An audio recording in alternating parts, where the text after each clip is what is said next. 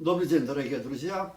Мы продолжаем цикл наших передач. Сегодня мы поговорим о памятнике коммунистам, погибшим в годы Великой Отечественной войны.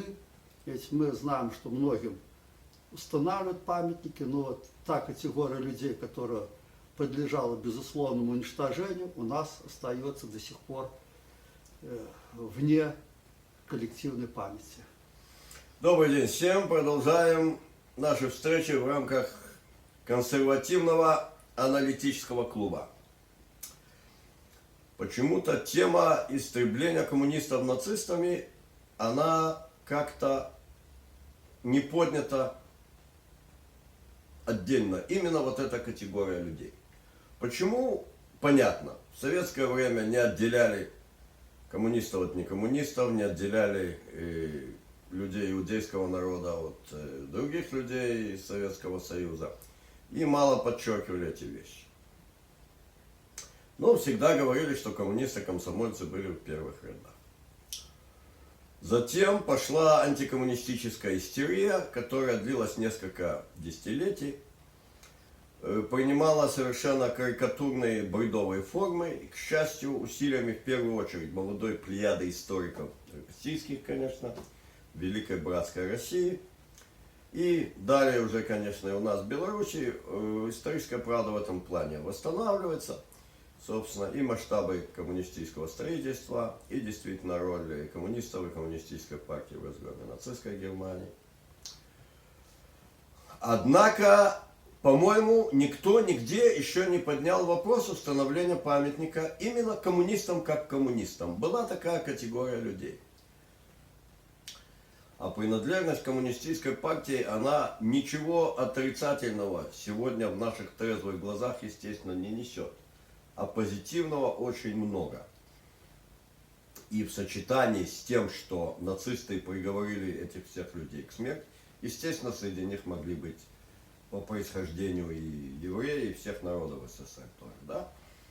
Оно, на мой взгляд, должно быть поднято нашим гражданским патриотическим сообществом, наряду с нашим требованием вернуть Сталина в историю, историю народа, а Сталина в историю, установить памятники коммунистам. Когда началась Великая Отечественная война и немцы оккупировали Минск, в Доме правительства размещалось командование Айнзац группы «Б». Это те палачи, которые, в принципе, и занимались массовым уничтожением людей. Так вот, 17 июля 1941 года была издана директива для уничтожения людей в концлагерях, которая предназначалась для военнопленных первоначально, но эта директива с успехом распространялась и на гражданское население. И вот что писалось в данной директиве. Я зачитаю.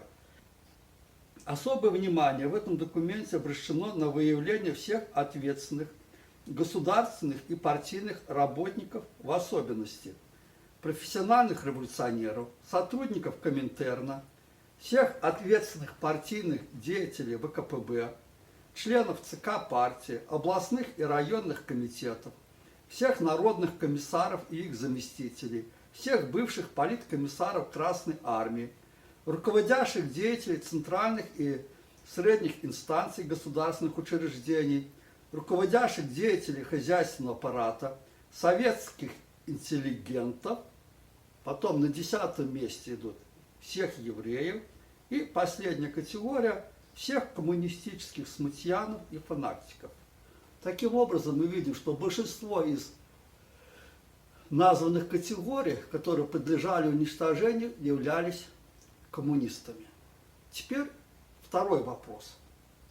Где устанавливать памятник?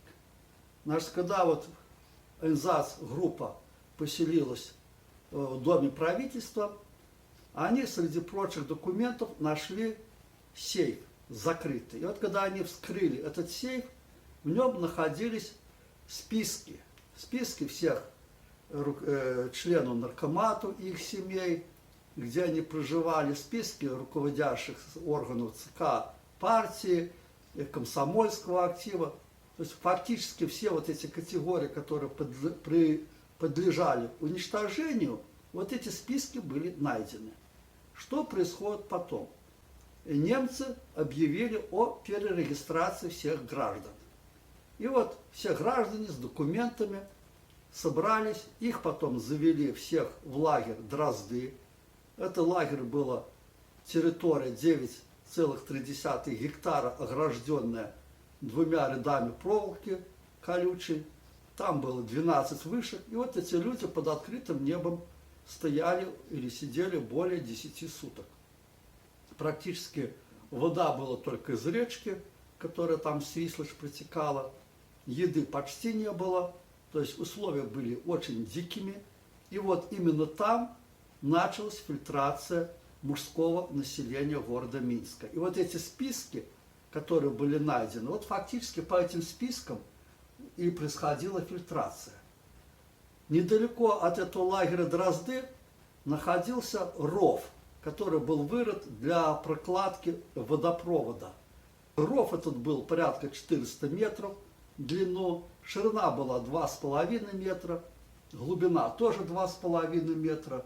И вот именно во время фильтрации, именно вот по этим спискам, где большинство было именно работники, члены Компартии и работники советского аппарата Минска, и вот именно они первыми и легли вот этот ров.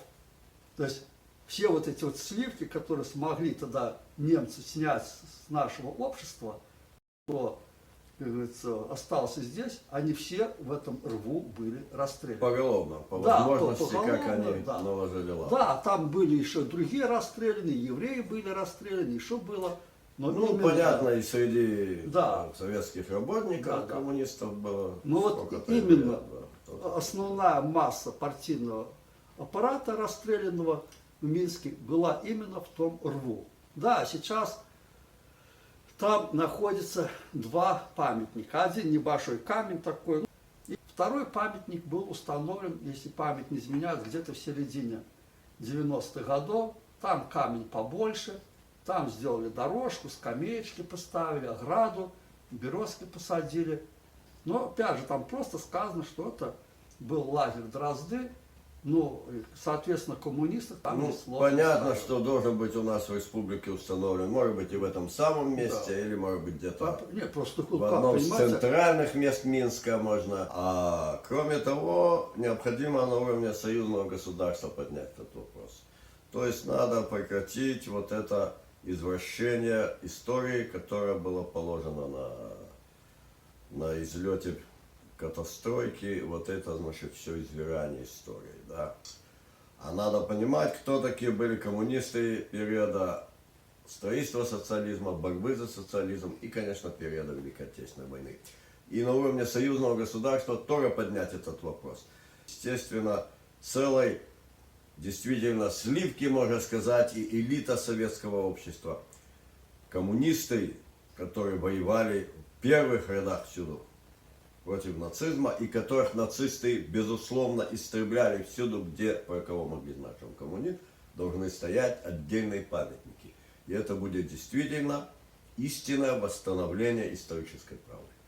ну, безусловно, полностью я это согласен. Я не первый раз этот вопрос уже поднимаю, но пока, как говорят, глаз вопиющего в пустыне.